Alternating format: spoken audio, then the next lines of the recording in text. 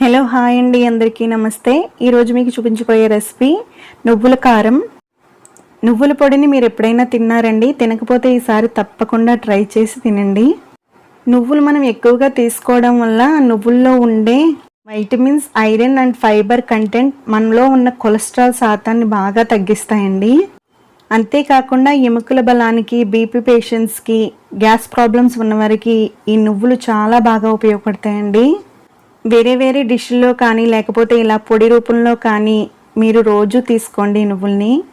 మరి ఇప్పుడు ఈ కమ్మని నువ్వుల కారాన్ని ఎలా తయారు చేయాలో దాని తయారీ ప్రాసెస్ని చూద్దామండి. ముందుగా దీనికోసం పొయ్యి మీద ఒక బాండీ పెట్టుకుని అందులో నువ్వులు వేసుకుని వేయించుకోవాలండి.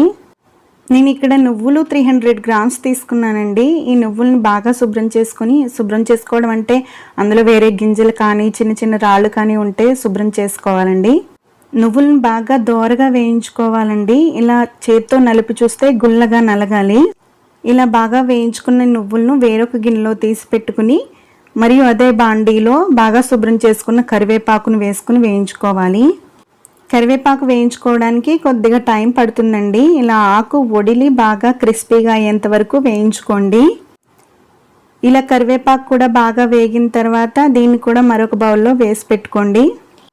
కరివేపాకు ఇలా వేడిగా ఉండగానే పౌడర్ చేసేసుకోవాలండి, లేకపోతే కొంచెం మెత్తబడిపోతుంది. మళ్ళీ తర్వాత అదే బాండీలో ఒక 100 గ్రామ్స్ ఎండుమిర్చిని తీసుకుని వేయించుకోండి.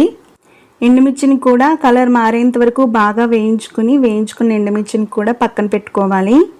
మళ్ళీ అదే బాండీలో ఒక 50 గ్రామ్స్ ధనియాలు, 2 టేబుల్ స్పూన్స్ జీలకర్ర వేసి బాగా వేయించుకోవాలి. ధనియాలు, జీలకర్ర కొంచెం కలర్ మారేంత వరకు బాగా వేయించుకోవాలి. ఇలా వేగుతుండగా అందులో ఒక వెల్లుల్లిపాయని పొట్టు వలిచి వేసుకోవాలి. అందులోనే కొంచెం చింతపండును కూడా వేసి బాగా వేయించుకోవాలి. తర్వాత స్టవ్ ఆఫ్ చేసి రుచికి సరిపడా సాల్ట్ని వేడిగా ఉండగానే వేసుకోవాలండి. ఇలా వేడిగా ఉండగానే వేసుకోవడం వల్ల సాల్ట్లో ఉన్న ఏమన్నా చెమ్మ ఉంటే లాగేసుకుంటుంది. ఇప్పుడు వేయించుకున్న దినుసులన్నింటినీ కూడా మిక్సీ చేసుకోవాలండి.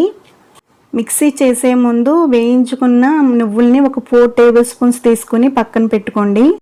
ఇలా పక్కన పెట్టిన నువ్వుల్ని లాస్ట్లో కలుపుకుందామండి. ఇప్పుడు వీటన్నిటిని మిక్సీలో వేసి గ్రైండ్ చేసుకుందాం. రోట్లో దంచుకున్నట్లయితే మరింత టేస్ట్ వస్తుందండి నువ్వుల పొడికి. నేను ఇక్కడ వేయించిన దినుసులన్నింటినీ విడివిడిగా గ్రైండ్ చేసుకున్నానండి. మీకు కావాలంటే అన్నీ కలిపి ఒకేసారి గ్రైండ్ చేసుకోవచ్చు. ఈ పొడిని మరీ ఫైన్ పౌడర్లా కాకుండా కొంచెం బరకగా ఉండే విధంగా ఈ విధంగా గ్రైండ్ చేసుకోండి. విడివిడిగా ఆడిన ఈ పొడిని వేరొక బౌల్లో వేసుకుని బాగా మిక్స్ చేసుకోండి. సాల్ట్ సరిపోయిందో లేదో చెక్ చేసుకుని ఒకవేళ సరిపోకపోతే ఇప్పుడే యాడ్ చేసుకుని ఈ ఉండలు లేకుండా బాగా మిక్స్ చేసుకోండి పొడిని. ఇలా బాగా మిక్స్ చేసుకున్న తర్వాత మనం ముందుగానే వేయించి పక్కన పెట్టుకున్నాం కదండి 4 టేబుల్ స్పూన్స్ నువ్వుల్ని. ఆ నువ్వుల్ని ఇప్పుడు యాడ్ చేసుకోవాలి. ఇలా లాస్ట్లో యాడ్ చేసుకోవడం వల్ల మనం తినేటప్పుడు ఇవి మన నోటికి క్రిస్పీగా తగులుతాయి.